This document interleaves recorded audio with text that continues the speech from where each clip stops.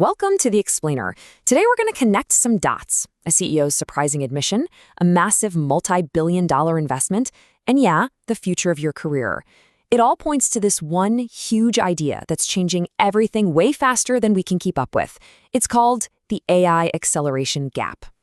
So let's just jump right in. What exactly is this AI acceleration gap? And, why should you care about it, like right now? All right, here's the big picture. AI tech is just rocketing forward at this incredible speed, right? But us, our society, our jobs, the economy, the skills we need, we're all just trying to catch our breath, struggling to keep up. And here's the kicker. This widening divide, it's not some accident. It's actually a strategy. And the companies leading the charge are the ones building it. Our first clue, it comes straight from the top. Okay, first up, let's look inside OpenAI's next moves. This is all about a vision of superintelligence. So at a recent town call, OpenAI CEO Sam Altman, he kind of pulled back the curtain on what's driving this whole acceleration, and wow, does it show you what their priorities are. So get this. Altman was super direct. He basically said, yeah, our latest model's writing style, we kind of screwed that up. But the really interesting part isn't that it has a flaw. No, it's the reason why they were okay with it. Turns out, their focus for this new model was all about intelligence, reasoning, coding, and engineering. The strategy was crystal clear. They were willing to sacrifice the fancy writing to basically supercharge the AI's brain. It was a trade-off, They chose raw power and reasoning over everything else, and this laser focus on pure capability, it's already changing how they build their own team. And speaking of their team, OpenAI is planning a pretty dramatic slowdown in hiring. Now, your first thought might be, oh, they're hitting a wall, right? But nope, it's the complete opposite. It's not that they have less work to do, it's that they don't need as many people to do it. And Sam Altman said it himself. We think we'll be able to do so much more with fewer people. I mean, that quote just perfectly captures the acceleration gap, doesn't it? The tools they're building are becoming so ridiculously powerful that the company at the epicenter of this whole revolution is already rethinking its own human workforce. But listen, their ambitions go way beyond just building powerful tools. By 2026, the vision is for an AI that's so personalized, it's basically your digital twin.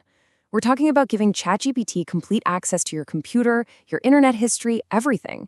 The goal is for it to deeply understand your life, creating this portable memory that you can take with you across different AI products. The end game, and this is a quote, is an AI that can just know everything. So all this crazy ambition isn't just talk. It's already building a whole new AI economy. And this is where we start to see how they're monetizing the gap. Okay, check out this number, $60. That's the reported price for ads on OpenAI's platform. It's what's called a $60 CPM, or cost per 1,000 views. And let me tell you, if you're in digital marketing, that number is absolutely insane. I mean, this chart really drives it home. Take a look. That $60 from OpenAI is a whopping 3 times higher than what you'd pay on average on a huge platform like Meta. So what's the logic? Well, the bet is that someone who is actively asking an AI for help is such a high-value customer that advertisers will be willing to shell out that massive premium to reach them.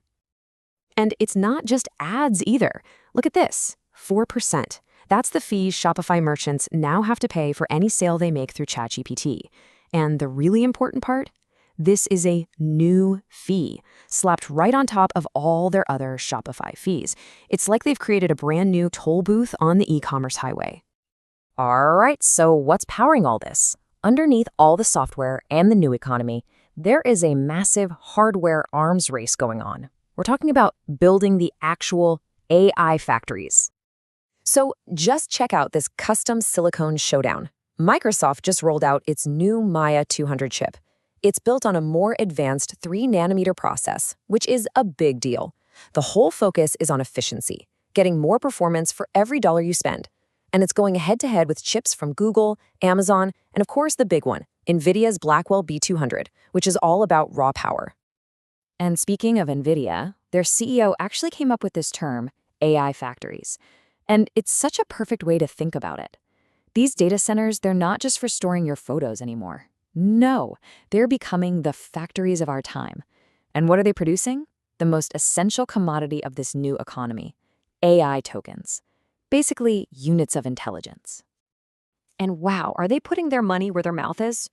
$2 billion. That's not the total, that's the additional money Nvidia just pumped into a partner company called CoreWeave. And it's all to get these AI factories up and running on a massive scale and fast.